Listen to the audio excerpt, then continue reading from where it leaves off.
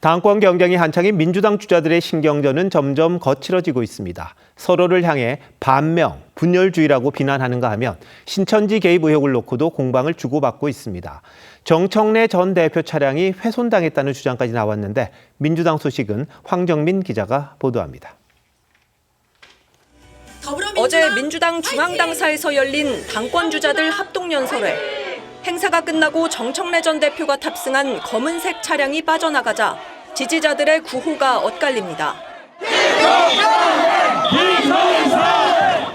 정 전 대표 측은 이 과정에서 발과 도구 등으로 차량이 가격당했다고 주장했습니다.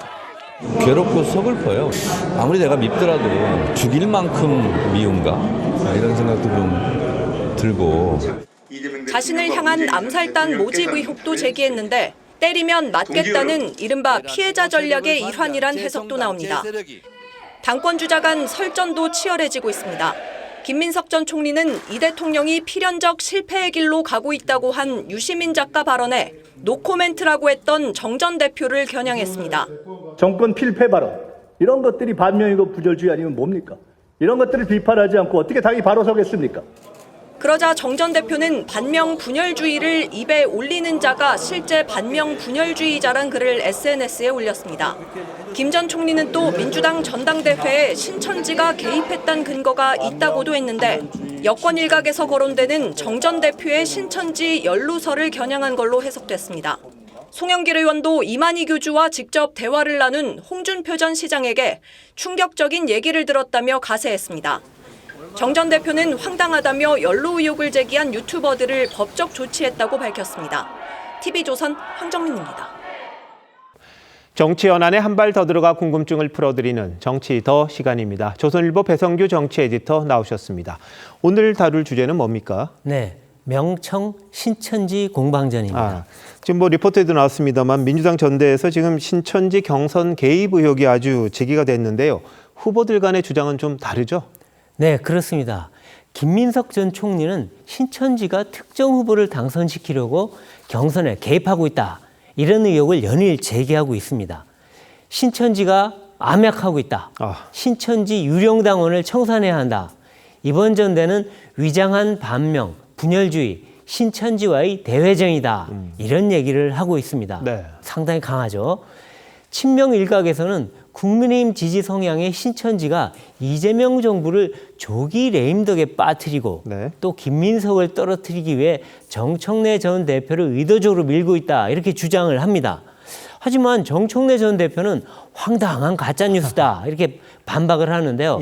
나와 전혀 관련 없는 일이고 또 가짜뉴스로 허위 이미지를 씌우려 한다면 무관용 원칙으로 법적 조치하겠다. 이렇게 엄포를 놓았습니다. 그런데 이 신천지 논란이 이번이 처음은 아닌 것 같습니다. 네, 처음이 아니죠. 2021년 대선 경선까지 거슬러 올라갑니다. 당시 이낙연 후보가 막판 서울 경선에서 크게 이겼지 않습니까?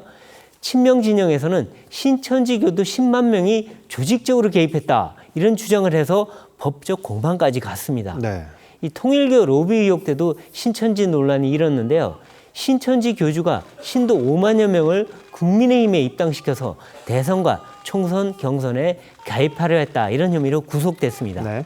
또 민주당 김경시 의원이 종교단체 신도들을 민주당원에 가입시키려 했다. 이런 의혹도 제기가 됐습니다. 이재명 대통령은 작년 말에 종교가 정치에 개입하는 것은 정교 분리, 헌법 원칙 위반이라면서 종교단체 해산, 검토도 지시한 적이 있습니다.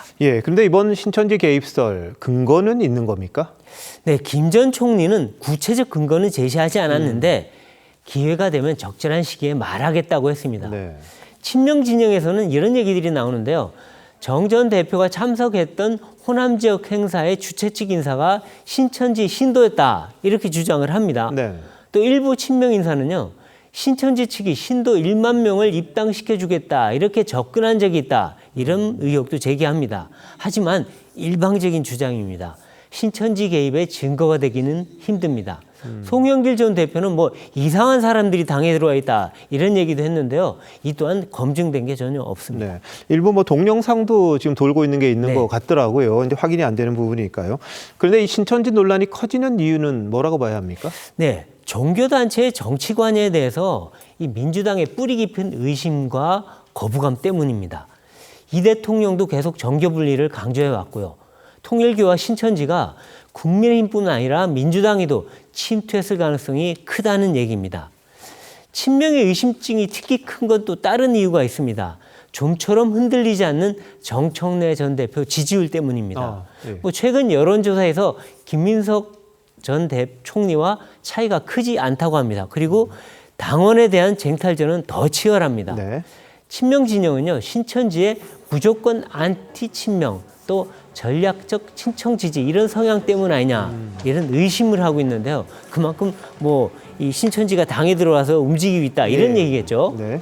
반대로 친청은 정청래 흠집 내기를 위해서 친명이 신천지 음모론을 퍼뜨리고 있다 이렇게 주장을 합니다. 그러니까 의도적으로 정청래 이퀄 신천지다 이런 낙인 찍기를 하고 있던 그런 전략이라는 겁니다. 예.